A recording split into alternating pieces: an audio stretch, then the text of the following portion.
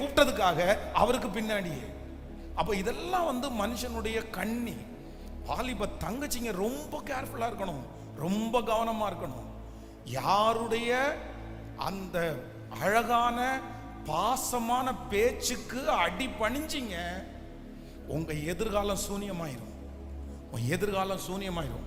உங்களுடைய இருதயத்திற்கு ஏற்றது போல பேசுவாங்க, பிடிச்சது மாதிரி பேசுவாங்க. அம்மா பேசுறது உங்களுக்கு பிடிக்காது, அப்பா பேசுறது உங்களுக்கு பிடிக்காது, கூட பிறந்த அண்ணன் தம்பி பேசுறது உங்களுக்கு பிடிக்காது. ஆனா அந்த பர்சன் பேசினா மட்டும் பிடிக்கும். இட்ஸ் தி ராங், தவறு. அது எத்தனை நாளைக்கு அந்த மாதிரி பாசம் பேச முடியும்னு நினைக்கிறீங்க? முடியாது. யாராவது ஒருத்தர் ஒருவேளை அந்த மாதிரி சிக்கிட்டு இருக்கு, நீங்க வேண்டான்னு சர்ச்சில் இருந்து நினைச்சிட்டு போவீங்க, ஜெபம் பண்ணி முடிச்சிட்டு பேசக்கூடாதுன்னு நினைச்சிட்டு போவீங்க. ஆனா அங்க போன உடனே மாறுறீங்களா? இன்னைக்கு ஒப்பு கொடுங்க, இன்னைக்கு ஒப்பு கொடுங்க. ஆண்டவரே எனக்கு ஒரு ஞானம் தாங்க ஆண்டவரே.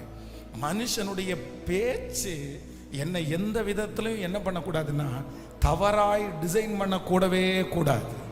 ஹல்லேலூயா. எத்தனை பேர் ஆமோதிக்கிறீர்கள்? சகோதரர்கள், நீங்க அவங்க சொன்ன அந்த ஒரு வார்த்தைக்காக இருக்கிறீங்க அப்படின்னு சொன்னா இல்ல, வேண்டாம் வேண்டாம் வேண்டாம். ஆண்டவர் இன்னைக்கு தெளிவா சொல்றாரு, அவங்க வார்த்தைக்கு நீ அடி பண்ணியாத. பாசமா பேசுறவங்க நிறைய பேர் இருக்கத்தான் செய்வாங்க. ஆனா நான் கர்த்தருடைய கரத்திலேயே இருக்கிற பிள்ளை. ஹல்லேலூயா. சேர்ந்து கரங்களை